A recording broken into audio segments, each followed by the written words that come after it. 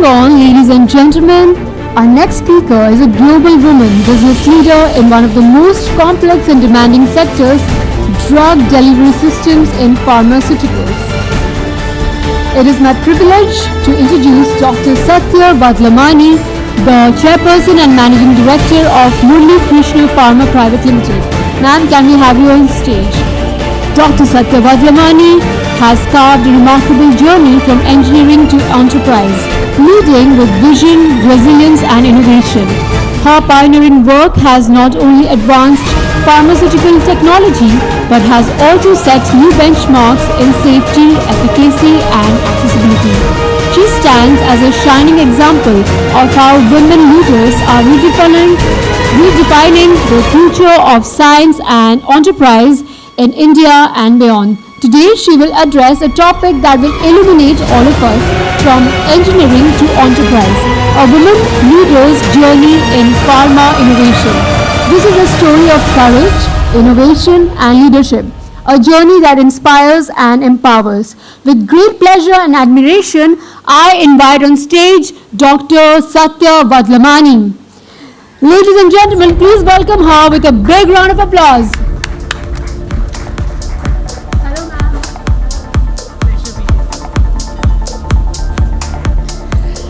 Hello everybody. First of all, a good afternoon. First, my eternal grateful thanks to Dr. Satya Brahma for inviting me on the stage. He calls me every year. I keep wondering why. And I keep still coming on because for me, he's family. And there's never a no for Dr. Satya at any time. And then I look at Leslie, who started off when I met her many years ago. I remember her being young, she's still very young. I just mean to say, she was very raw, she was learning, she was coming up, and today I've seen her grow into a totally poised, a complete transformation into she has her own talk show, she is a movie star, she is a celebrity, but one thing I still see, she still comes for any of Dr. Satya Brahma's shows. That is the kind of a relationship she has built with Dr. Satya Brahma over the years. And I also see the way in which she takes care of her family. So both these things, my full regards for you. You've truly grown. So anyway, so thank you all for having me here. And before I start, something about what I do or what I am. Mine is a story of engineering to entrepreneurship. And entrepreneurship with a difference where I run a pharmaceutical plant which is all into innovation. When I look back at where I started, I realized that nothing in my life ever happened by accident. Nothing was by accident in my life. Every phase prepared me for the next, even when I didn't know when I would reach the next phase of my life. I began my life as an engineer. Engineering gave me the discipline to think clearly. The marks didn't reflect that, but I can just say this much. Engineering did give me the discipline to think clearly, the courage to solve problems. It taught me logic. And I sometimes believe that that is the reason why you find engineers in different parts of the world in subjects as varied as finance, to politics, to innovation, to pharmaceuticals. I think the only place where we tread carefully are from being scientists. We are not scientists. We are, to put it in a very crude Hindi language, we are the jugaad people of the nation. So Hindi में कहते हैं कि हम जितना जुगाड़ कर सकते हैं शायद कोई और नहीं कर सकता है. So I began my life as an engineer. Engineering did give me the discipline to do what I had to do.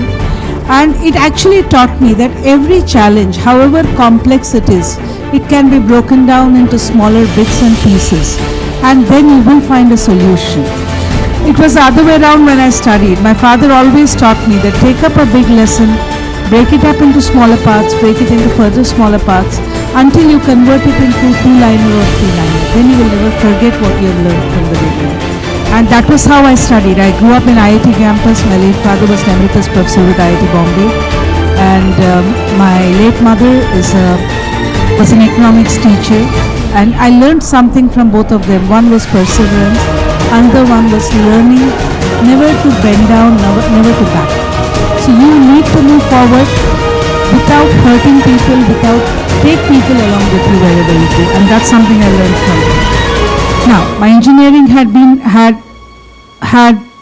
got completed by 87. Life had different plans for me. From engineering, I moved into the industry called pharmaceuticals. It was a very strange entry of mine. Someone felt that I had the ability to sell ice creams to people living in igloos. And that's where I entered into this industry. And when I came into pharmaceuticals, I was in an era where there were very few women in the active pharmaceutical industry. There were very few women. I mean, the only women in the API industry were women who belonged to the families, that is, either their fathers-in-law, or their wives, or their sisters.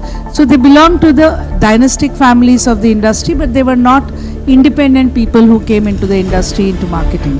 I started my career as a manager exports in Armor Chemicals, which was a part of the Lupin Group. Learned everything about pharma from Armor. The last job which I quit was in 97 as a general manager in Ajanta Pharma International Business Development. Also at that time, I did appear in Business India as the youngest general manager of that time who actually became a GM and who did not belong to any pharma family. So cutting short from there, pharma is a world connected with science. Now, how well was I connected with science, I don't know, but I do remember I did do my CBSC with, and reasonably well with all PCMB, physics, maths, chemistry, biology. So we didn't have that part system of doing PCM or PCB kind of. So I learned science, but actually learned more science after entering this industry. I actually learned that making a healthier nation, making healthier people meant a lot more than what I was just doing in engineering, where I was only working or playing with electronics or with engineering modules. Working in pharma opened my eyes to how deeply healthcare touches lives.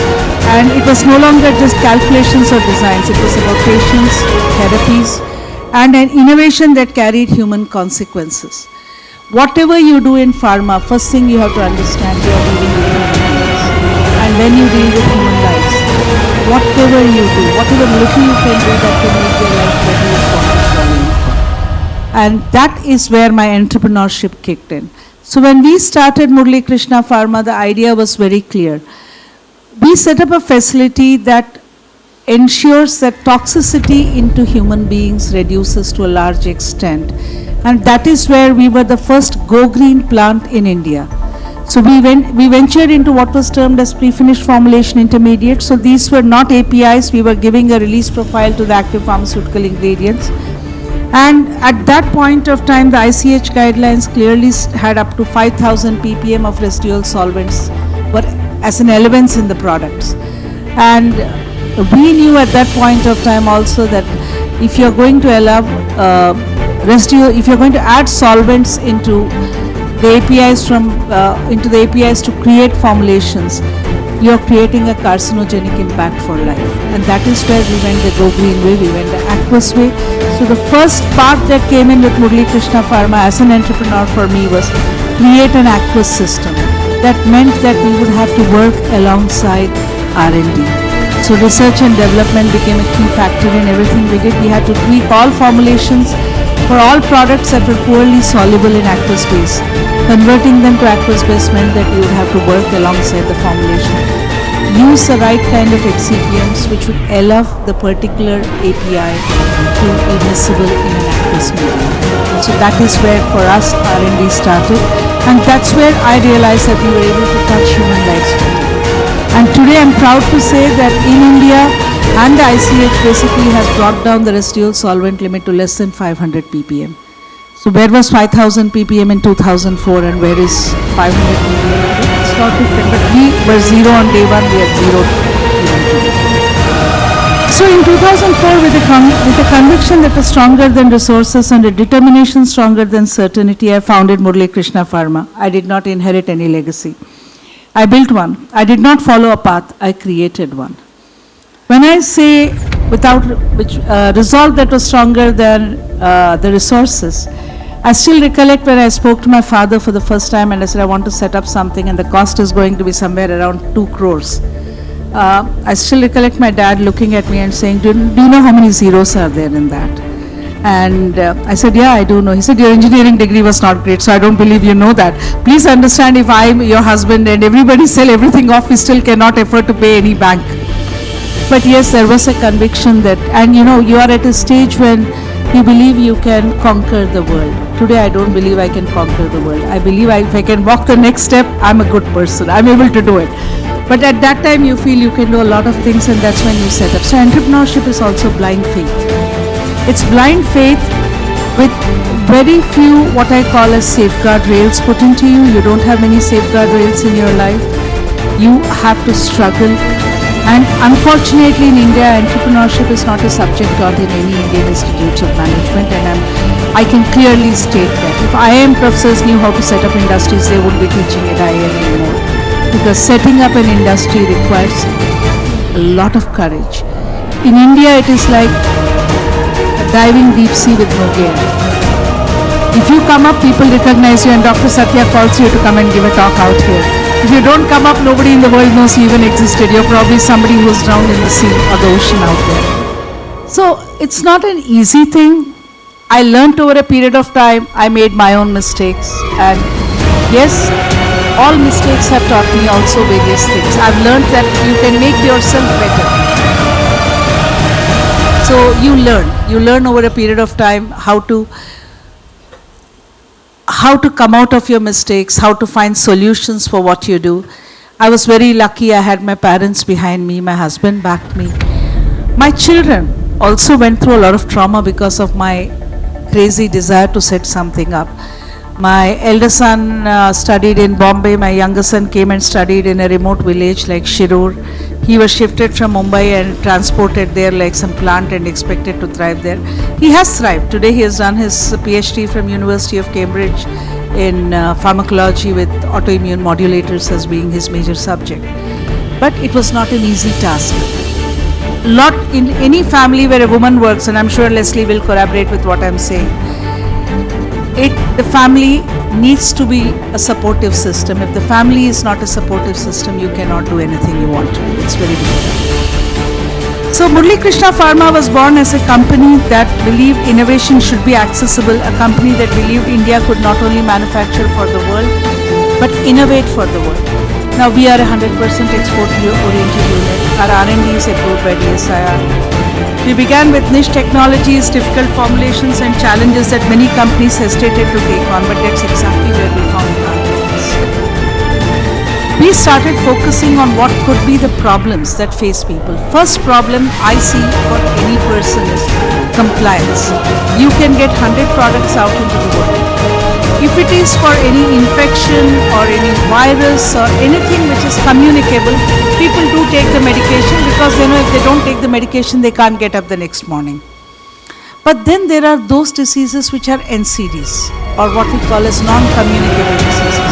Unfortunately, people have a tendency of not taking the medication because they are uncomfortable with the medication. And one of the biggest problems we realized was anemia. Anemia has been termed by WHO as what is termed as a hidden hunger.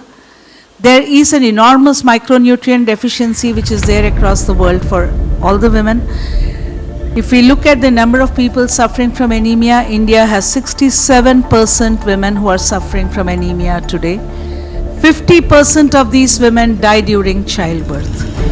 These are all statistics which very few people know. People know how many people died during COVID. How many people try and see how many people died of starvation. I can see Dr. Mayank Gandhi there, a man who works for starvation of all the farmers. So people don't take those statistics into count. Similarly, people don't take statistics into count when it comes to anemia also.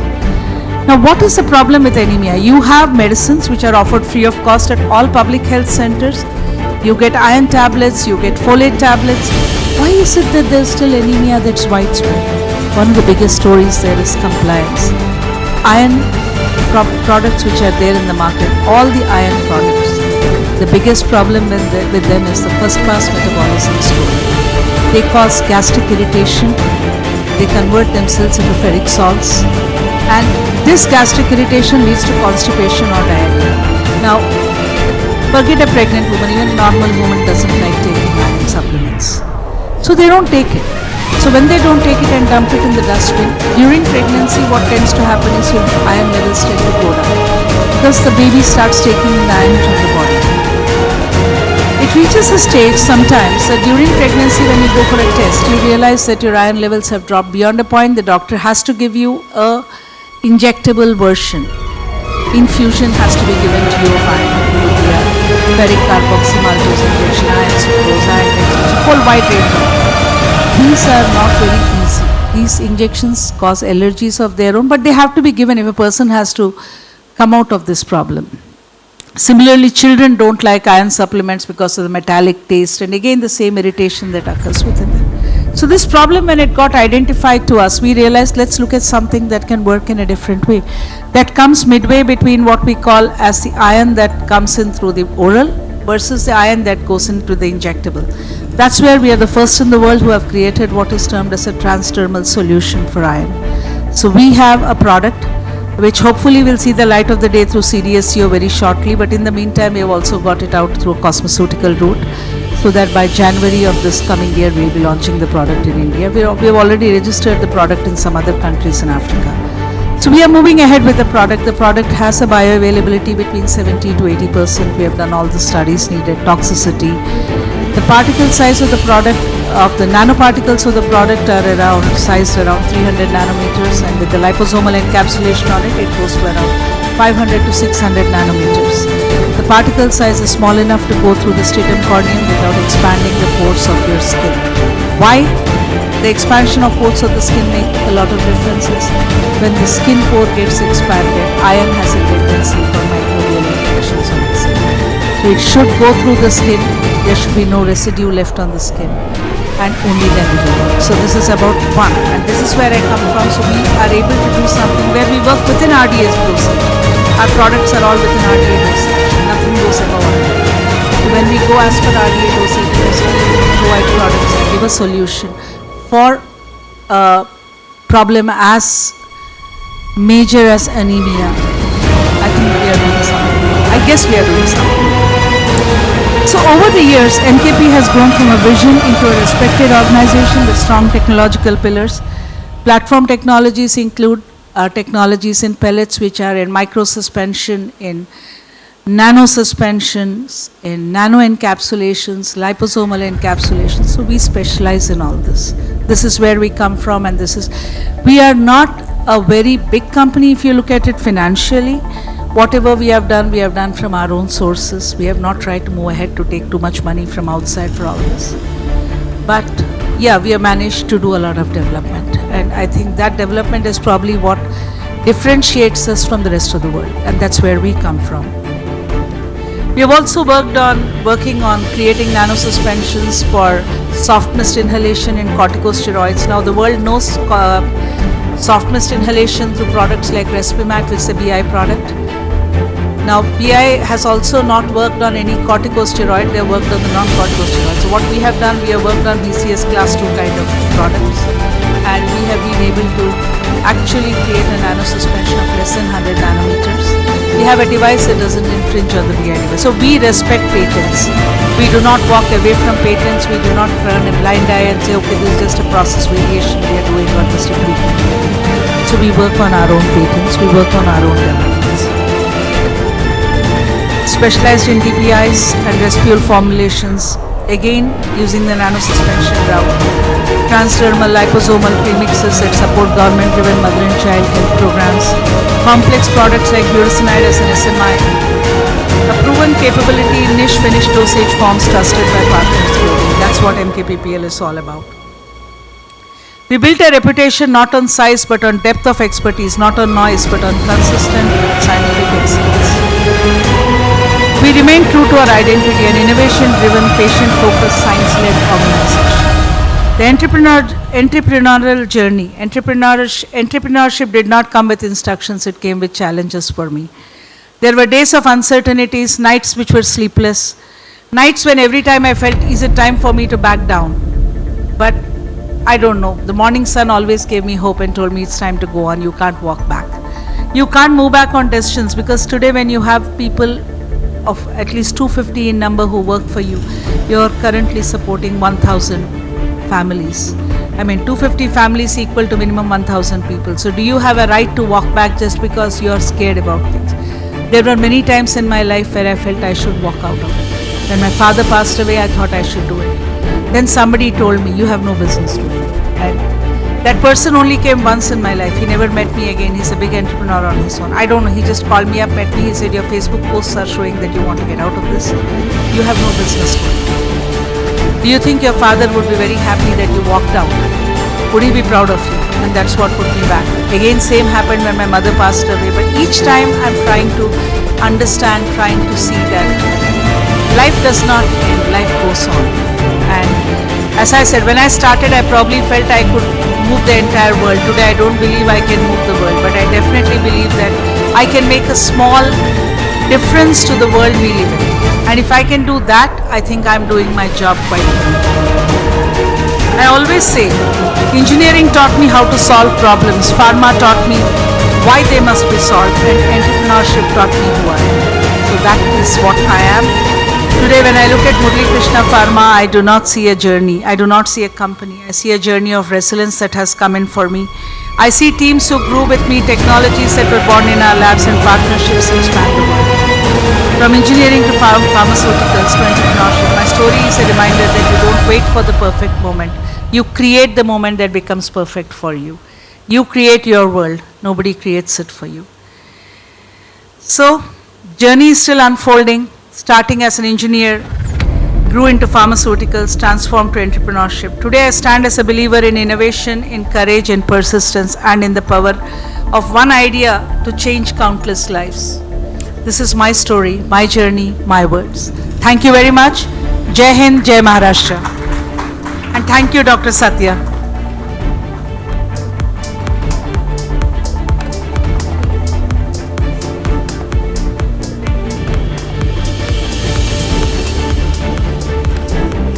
Thank you, Dr. Satya Vadlamani, for taking us through the wonderful journey of your life. Your story of resilience, innovation, and leadership is truly inspiring and has illuminated the path for many aspiring entrepreneurs and professionals. Ladies and gentlemen, as a mark of admiration and respect, I now request the visionary Chairman and Editor-in-Chief of Network 7 Media Group, Dr. Satya Brahma, to kindly come up on stage once again and present the memento to Dr. Satya Vadlamani.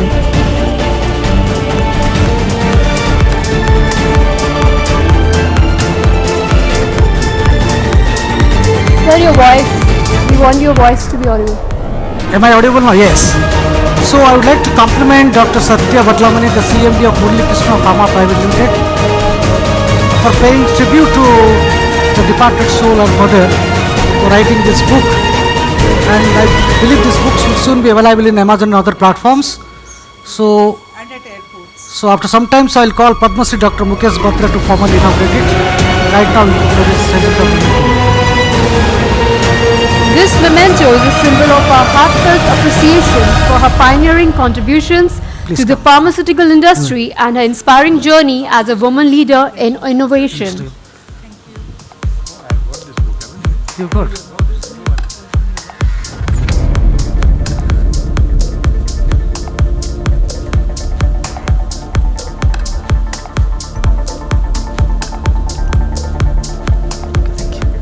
Stand here, you have to take in the body. Ladies and gentlemen, since Dr. Satya Vadlamani has prior commitments in the later part of the day, we now take this special moment to honor her with one of the most prestigious recognitions of the evening. It gives me immense pride to announce that the jury has selected Dr. Satya Vadlamani as the Trailblazing Woman Pharma Disruptor of the Year 2025. Can we have a big round of applause, please? I request Dr. Satya Brahma to come on the stage to give away the trophy. Trailblazing Woman Pharma Disruptor of the Year 2025. And the winner is Dr. Satya Vadlamani, Chairperson and Managing Director, Murali Krishna Pharma Private Limited.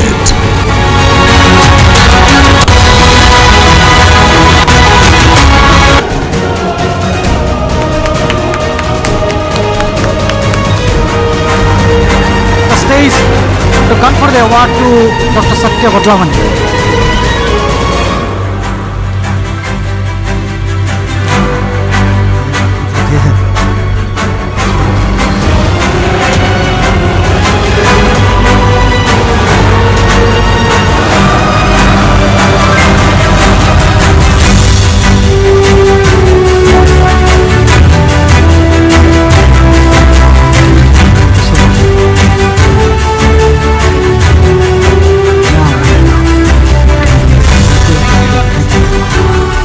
With this, ladies and gentlemen, we now move to the final and most awaited session of the India Leadership Conclave 2025. This is the high voltage televised panel discussion that has become the hallmark of this conclave.